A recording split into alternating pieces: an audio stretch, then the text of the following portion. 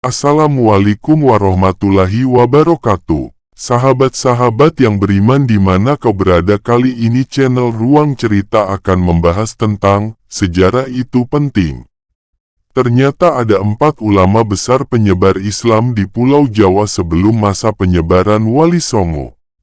Sebelum masuk ke pembahasannya, jangan lupa like, comment, and subscribe terlebih dahulu. Semoga channel Ruang Cerita bisa memberi manfaat bagi kita semua, amin. Mendengar nama Wali Songo pasti kita teringat dengan 9 wali yang menyebarkan agama Islam di Nusantara.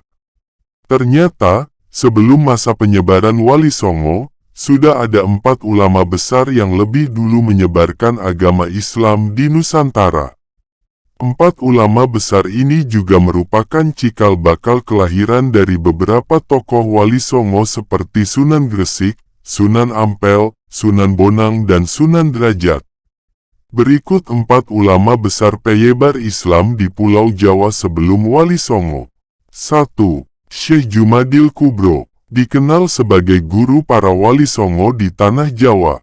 Dalam Atlas Wali Songo disebutkan bahwa Syekh Jumadil Kubro merupakan ayah dari Sunan Gresik, kakek dari Sunan Ampel, dan kakek buyut dari Sunan Bonang dan Sunan Derajat. Beliau lahir di Samarkand, Uzbekistan pada pertengahan abad ke-14 dengan nama Syekh Jamaluddin Al-Husain Al-Akbar. Beranjak dewasa, beliau pergi ke India untuk belajar ilmu tasawuf dan ilmu agama lainnya. Tidak cukup di India saja, beliau melanjutkan belajarnya menuju Mekah.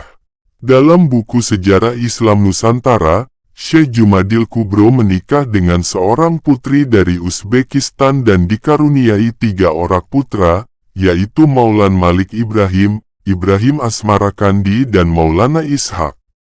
Selain dikenal sebagai ulama, beliau juga dikenal sebagai saudagar. Ketika sedang berada di Champa, beliau berhasil mengislamkan penguasa di wilayah yang sangat kental dengan agama Hindu. Di sana beliau juga menikahkan putranya, Ibrahim Asmarakandi, dengan putri Champa, yaitu Dewi Chandrawulan. Perjalanan Syekh Jumadil Kubro berlanjut menuju Samudra Pasai di Aceh. Beliau didampingi oleh putra-putranya saat berdakwah dan berdagang di Nusantara. Pada tahun 1399 Masehi, beliau tiba di Pulau Jawa bersama putra-putranya dan langsung menghadapi situasi politik kerajaan Majapahit. Ajaran Hindu-Buddha saat itu masih kental, sehingga Syekh Jumadil Kubro melakukan dakwah dengan cara sembunyi-sembunyi. Walaupun sulit, ternyata banyak masyarakat dan bangsawan yang pada akhirnya masuk Islam dan menjadi murid Syekh Jumadil Kubro. Perlahan proses Islamisasi di wilayah kekuasaan kerajaan Majapahit semakin kuat. Pada masa ini juga mulai banyak muncul pendakwah-pendakwah lain yang menyebarkan Islam ke seluruh penjuru Jawa. 2. Syekh Kuro merupakan ulama besar lain yang memberi banyak pengaruh untuk penyebaran agama Islam di Pulau Jawa. Syekh Kuro berasal dari Champa, putra seorang ulama besar bernama Syekh Yusuf Siddiq.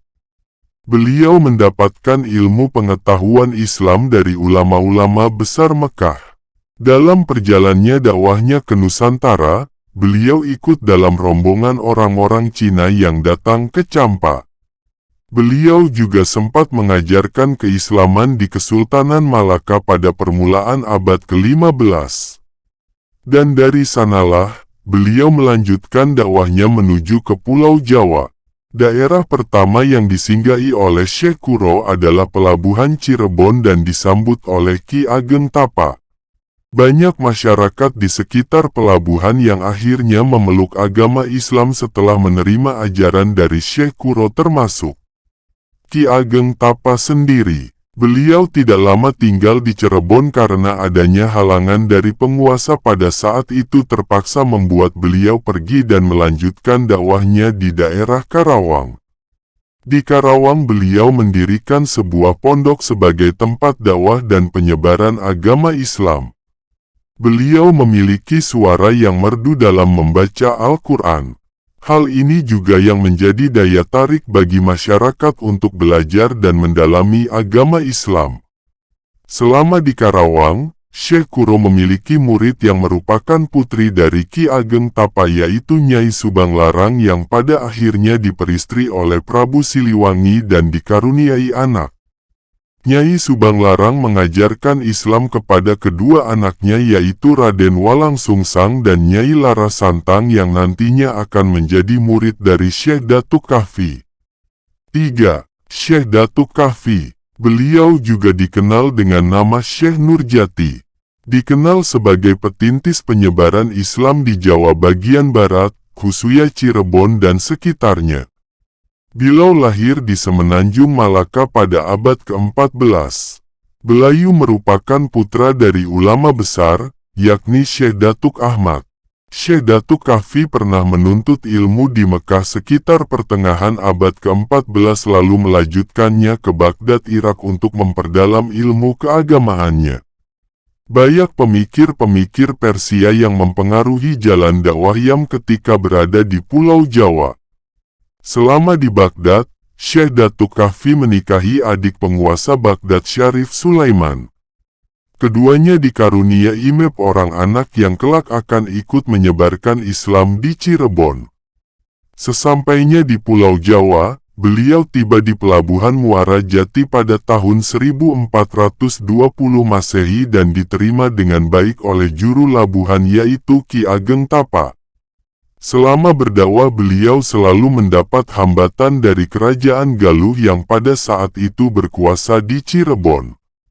Beliau juga menjadi guru dari putra-putri Raja Sunda yaitu Prabu Siliwangi, yakni Raden Walang Sungsang dan Nyai Larasantang. 4. Syekh Maulana Akbar. Beliau merupakan adik dari Syekh Datuk Kahfi yang juga berkontribusi dalam penyebaran Islam di barat Pulau Jawa. Beliau merupakan sosok yang berperan penting dalam penyebaran Islam di daerah Kuningan. Di sana beliau juga mendirikan pondok di desa Sidapurna. Selama menyebarkan Islam di daerah Kuningan, beliau memperistri cucu Raja Sunda Dewa Niskala dikawali bernama Nyi Wandasari.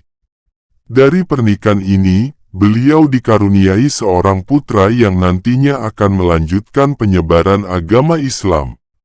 Itu dia 4 ulama besar penyebar agama Islam di Nusantara sebelum Wali Songo.